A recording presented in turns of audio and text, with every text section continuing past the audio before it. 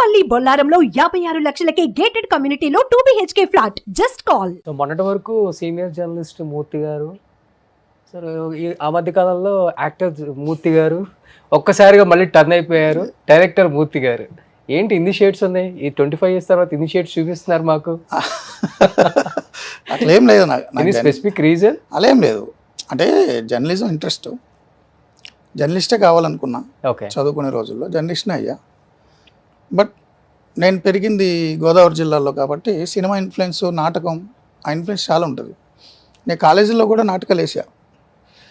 మా తెలుగు లెక్చరర్, ప్రముఖ కవి విమర్శకుడు అద్దేపల్లి రామ్మోహన్ రావు, ఆయన శిష్యుడు నేను. సో ఆయన నేతృత్వంలో కొన్ని నాటకాలన్నీ వేసేవాళ్ళం. ప్లస్ నేను చిరంజీవి గారి ఫ్యాన్స్ కీ మెంబర్ని. మీరు కూడా కాకినాడలో. ఓ యా, తెలుసా చిరంజీవి గారికి తెలుసు. మన టీజర్ ఆయనే లాంచ్ చేశారు. ఓకే. సో ఆ సినిమా ఇన్ఫ్లుయెన్స్ ఉంది ఎప్పటి నుంచో. బట్ సీరియస్గా జర్నలిజం పర్సూ చేశాను. అనుకోకుండా ఆ ప్లేబ్యాక్ అనే సినిమాలో నన్ను యాక్ట్ చేయమని జక్కారి ప్రసాద్ గారు, సుకుమార్ గారు క్లోజ్ ఫ్రెండ్, వారు అడిగారు. సో అనుకోకుండా యాక్సిడెంటల్గా యాక్ట్ చేయాల్సి వచ్చింది. ఇబ్బంది అనిపించిందా ఫస్ట్ టైం యాక్ట్ చేసేటప్పుడు? చాలా ఈజీగానే చేసేసారు.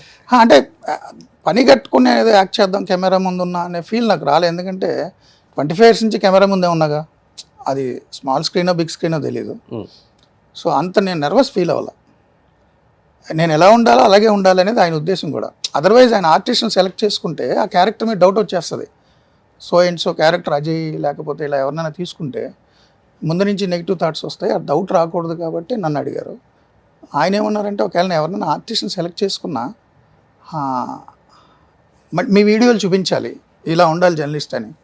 సో మీరే చేస్తే బాగుంటుంది కదా అని కన్విన్స్ చేశారు. ఓకే, అందుకని యాక్ట్ చేశా. సో అప్పుడు వచ్చిన జర్నలిస్టులలో ఫస్ట్ టైం యాక్ట్ చేయడం కూడా మీరే? Yeah, you are the first person. ఎవరు యాక్ట్ చేయలేదు? అయి ఉండొచ్చు. మేబీ ఇన్ కేస్ నేను ఫ్యూచర్లో ఏమైనా డైరెక్ట్ చేస్తే ఒక జర్నలిస్ట్ రోల్ ఇస్తాను మీకు. వావ్, మీకుందా అది?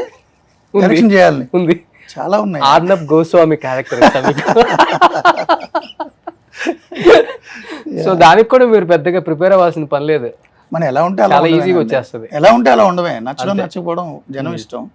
బట్ మనం యాక్ట్ చేయడం రాదు. ఎలా ఉంటే అలా ఉండవే. సినిమాలైనా అంతే, నిజ జీవితంలో అయినా అంతే. అంటే టు బి హానెస్ట్ గా చెప్పండి, ఆయన ఇన్ఫ్లుయెన్స్ మీ మీద ఏమన్నా కొద్ది గొప్ప ఉందంటారా? ఎవరిది? ఆర్నబ్ గోస్వామిది. లేకపోతే తెలుగులో మూర్తి అనే ఒక వ్యక్తి ఇక్కడ ఒక ఆర్నబ్ గోస్వామి అవ్వాలని ట్రై చేశారా? లేదా ఒకనొక టైంలో మీ లైవ్స్, మీ డిబేట్ చూసినప్పుడు తెలియకుండా ఫీలింగ్ వచ్చేది? నో అంటే నేను 95 నుంచి జర్నలిజంలో ఉన్నా. So Arnab Goswami NDTV, times now, ఆయన కూడా చాలా ఏళ్ళ నుంచి జర్నలిజంలో ఉన్నారు. బట్ మీకు తెహల్కా స్పై క్యామ్, సీక్రెట్ కెమెరాలు రాకముందే ఓకే, నేను విజయవాడ రిపోర్టింగ్లో కెమెరాని సీక్రెట్గా పెట్టి, కూరగాయల బొట్లు ఉన్నాయనుకోండి, ఆ టమాటాలు, ఆ వంకాయలు, ఆ ఆనపకాయల మధ్యలో కెమెరా పెట్టి నేను సీక్రెట్గా చాలా స్టింగ్ ఆపరేషన్ చేశాను. ఓకే. సో తెహల్కా అనేది దేశంలో స్పై క్యామ్ అనే ఇష్యూతో వచ్చింది. స్పై క్యామ్ లేనప్పుడే నేను కెమెరాని సీక్రెట్గా పెట్టి చాలా స్టోరీలు చేశాను. సో నేను జర్నలిజంలోకి వచ్చినప్పుడే నేను ఏదో ఒకటి చేయాలనుకునేవాడిని. ఈటీవీలో ఉన్నప్పుడే నేను చాలా స్టింగ్ ఆపరేషన్లు చేశాను, చాలా డైనమిక్ జర్నలిజం చేశాను. ఓకే. మీకు ఓల్డ్ సిటీలో మత కల్లాలు జరిగి అవతల వర్గం చనిపోతున్నప్పుడు నేను డెస్క్లో ఉన్నప్పుడు రిపోర్టింగ్లో లేని ఫీల్డ్లో. బట్ ఫీల్డ్లో ఉన్న రిపోర్టర్లు కూడా భయపడుతున్నారు, అక్కడికి రావద్దన్నారు. 144 సెక్షను, జస్ట్ ఆ చార్మార్ ఎదురుగుండా ఉన్న పోలీస్ స్టేషన్ దగ్గర నుంచి రిపోర్ట్ చేయాలి. లోపలికి వెళ్ళాం ఫీల్డ్లోకి, రానివ్వట్లేదు అనే పరిస్థితిలో నన్ను పంపించారు. సో నేను, నా సీనియర్ కెమెరామెన్, అతను కొంచెం దూసుకెళ్ళేలాగా చేసి నాకు నేర్పి ఫీల్డ్కి వెళ్ళి దెబ్బలు తిని బుల్లెట్లు వస్తుంటే 7 ఎంతమంది చనిపోయారు అప్పట్లో. అది మేము కవర్ చేసాం. అంటే నేను ఫీల్డ్లో అగ్రెసివ్గా ఉండేవాడిని. చాలా స్టోరీస్ చేశాను. పెద్ద ఎన్కౌంటర్లు కవరేజ్ చేయాలన్నా కూడా ధైర్యంగా వెళ్ళేవాళ్ళం. సునామీ వచ్చినప్పుడు నేను అండమాన్ నికోబార్ ఐలాండ్స్ వెళ్ళి చేశాను. సునామీ ఈటీవీలో ఉన్నప్పుడు సునామీ వస్తే, సునామీ వచ్చిందని తెలిసిన వెంటనే ఫస్ట్ ఫ్లైట్కి వెళ్ళిపోయాను నేను Andaman Nicobar islands. Port Blair capital దగ్గర ఇంక మొత్తం అక్కడ ఉన్న దీవులన్నీ క్లోజ్, ఎలాంటి బోట్స్ వెళ్ళవు. ఆ పరిస్థితుల్లో అక్కడికి వెళ్ళి అక్కడి నుంచి టెలిఫోన్ ద్వారా లైవ్ చేసి, డైరెక్ట్ లైవ్ చేసే పరిస్థితి లేకపోతే అక్కడ లెఫ్టినెంట్ గవర్నర్, సెక్రటరీ ఒక తెలుగు ఆయన ఉన్నారు, ఆయన్ని పట్టుకొని ఒక 3-seater హెలికాప్టర్ అడిగి నేను, NDTV Vishnu Som, international channel BBC నుంచి ఒకరు, ముగ్గురికి ఇస్తే ఆయన రిపోర్ట్ చేస్తే నేను కెమెరా ఆపరేట్ చేయడం, నేను రిపోర్ట్ చేస్తే ఆమె కెమెరా ఆపరేట్ చేయడం. సో ఇతర దీవుల్లోకి వెళ్ళి మొత్తం ఆదిమ జాతి గిరిజనులు అందరూ కొట్టుకెళ్ళిపోయారు అనే పరిస్థితుల్లో అక్కడికి వెళ్ళి రిపోర్టింగ్ చేశాను. So Bombay terror attacks, Taj, Kasab, Bombay terror attack జరిగింది. నేను ఇమీడియట్గా వెళ్ళిపోయాను ఫ్లైట్కి. ఓకే. అప్పుడు ఎన్టీవీలో ఉన్నా. సో సౌత్ ఇండియా నుంచి వెళ్ళి ఫస్ట్ రిపోర్టింగ్ చేసింది నేనే. అక్కడ ఒక బిల్డింగ్ మీద ఇజ్రాయిలీ నానీని కిడ్నాప్ చేశారు, బంధించేశారు. దానికి ప్యారలల్ బిల్డింగ్ ఏం లేదు, కింద నుంచి అందరు రిపోర్ట్ చేస్తున్నారు. బట్ దానికి ప్యారలల్గా బిల్డింగ్ చూస్తే ఒక సెంటరింగ్ బిల్డింగ్ ఒకటి ఉంది, బ్లూ టార్పాలిన్స్ కలిపేసి సర్వీరా కర్రలు వాటితో సెంటరింగ్ జరుగుతుంటుంది కదా.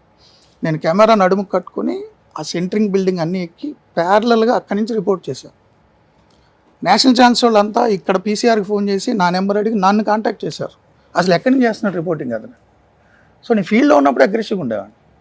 స్టూడియోకి వచ్చిన తర్వాత అదే అగ్రెషన్ కంటిన్యూ అయ్యింది. But so and so person లాగా ఇమిటేట్ చేద్దాం నాకు ఆలోచన లేదు. అయినా ఒకళ్ళు ఇమిటేట్ చేయలేదు. రోషన్ ఎవరైనా ఇమిటేట్ చేస్తారా? ట్రై చేసిన వర్కౌట్ అవ్వదు. మూర్తినైనా అంతే, అన్నప్పుడైనా అంతే. సో ఎవరి సిగ్నేచర్ వాళ్ళకి ఉంటుంది. కానీ మీరు మిలిటరీలో ఉండుంటే వేరే లెవెల్లో ఉంటుంది ఇండియానేమో మీరు చేసే ఎక్స్పెరిమెంట్స్కి. నేను ఎప్పుడు ఎవరు ఆలోచించారు ఉండాలని నేను అనుకోలేదు. నేను ఫీల్ జర్నలిజం అంటే నాకు అప్పట్లో ఎలా ఉండేదంటే ఆ ఉత్సాహం అదంతా, జర్నలిజం అనేది ఇంట్రెస్ట్ నాకు ముందు నుంచి. అంటే కొంత ట్రోల్ చేశారు అప్పుడు మిమ్మల్ని, దాన్ని సహజం కదా. ఎంజాయ్ చేస్తారా ట్రోల్స్? అని నేను చూడను, అసలుకి నాకు ఆ టైం కూడా ఉండదు. ఇప్పుడు నేను ఒక డెసిషన్ తీసుకుంటాను, ఒక దాని మీద స్టడీ చేస్తాను, ఒక ఇష్యూ మీద ఫుల్ ప్రిపేర్ అవుతా, పొద్దు నుంచి సాయంత్రం వరకు అన్ని డాక్యుమెంట్స్ అవుతా, అందరితో మాట్లాడతా, పబ్లిక్ డొమైన్ డాక్యుమెంట్స్ అవుతా, దానికి సంబంధించిన వీడియోలు అవి చూస్తా, ఒక డెసిషన్కి వస్తా, ఇది రాష్ట్రానికి మంచిది, ఇది నా డెసిషన్ అని, లేదా ఈ కాజ్ మంచిది, ఈ కాజ్ కోసం నేను ఈ స్టాండ్ తీసుకున్నాను.